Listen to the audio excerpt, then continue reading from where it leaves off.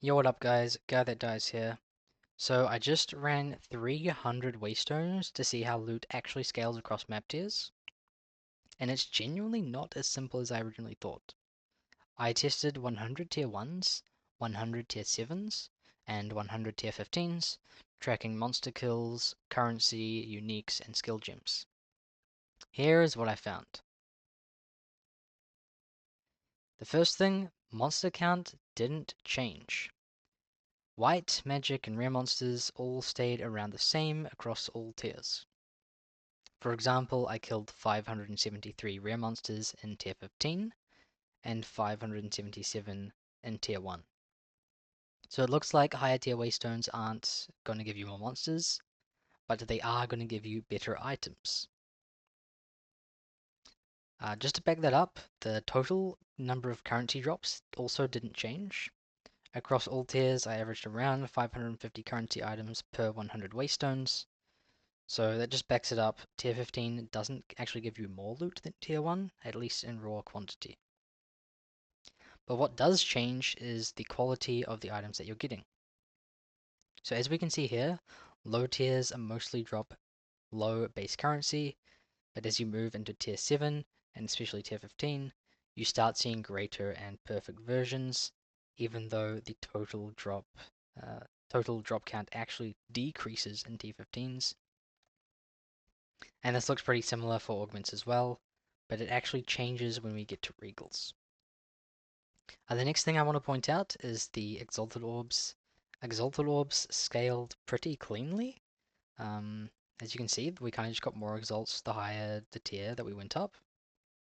And then we also unlocked greater Exalted Orbs and perfect Exalted Orbs by going up to T15s. So it clearly looks like you do get more exalts by doing higher tier maps. I mean, this is like 50% more exalts in T15s than in T1s. It's possible this was just chance, but my guess is that this actually does scale. Chaos Orbs, we basically got the same number of Chaos Orbs across all tiers. Total of 4 Chaos Orbs in T15s, 4 in T1s, and 3 in T7s. But we did unlock greater Chaos Orbs in T15s, so you're getting better Chaos Orbs basically. I think the thing that surprised me the most is the skill gems. So as you can see here, we got way more skill gems in T7 and T15 than we did in T1. Tier 1 maps mostly dropped level 14 gems, while Tier 15 dropped a large number of level 17 and 18 gems. So basically, if you're farming, you're going to be getting way more. If you're farming gems, you're going to be getting way more gems in T15s and T7s. And of course, they're going to be a higher level gems as well. But spirit gems, you kind of just get the same amount in all tiers, but obviously the level of the spirit gems change. Same story for the sport gems. A couple of quick extra things. The unique items, I got twice as many unique items in T15s as I did in T7s and T1s.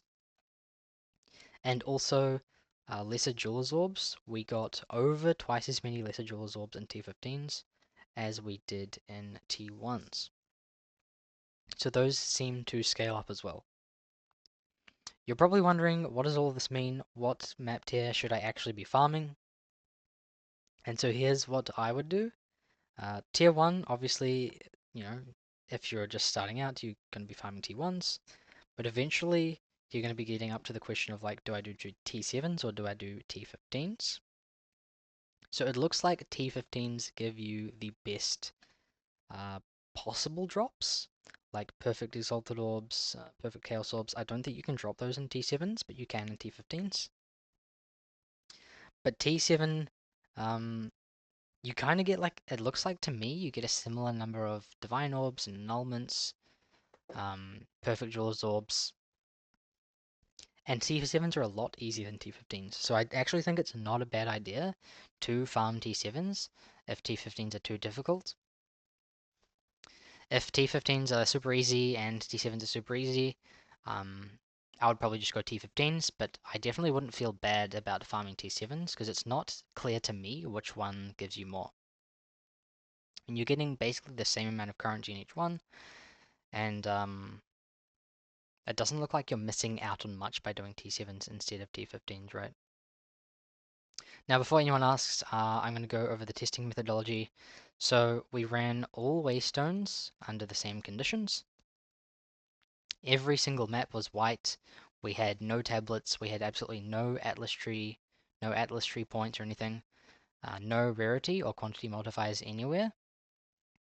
And I ran the same map layout every single time, which was Ravine, and I did not kill the boss.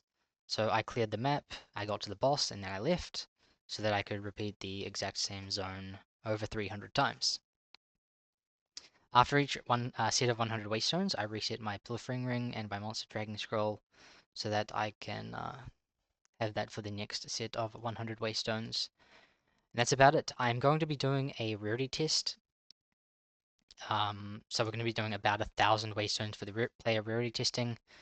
We're going to be doing a bunch of different breakpoints like 0, 10, 15, 25, 50, 75, 100, 50, maybe we'll go up to like 300. So if you guys have any suggestions on how I should do that, or some things that I need to keep in mind, let me know.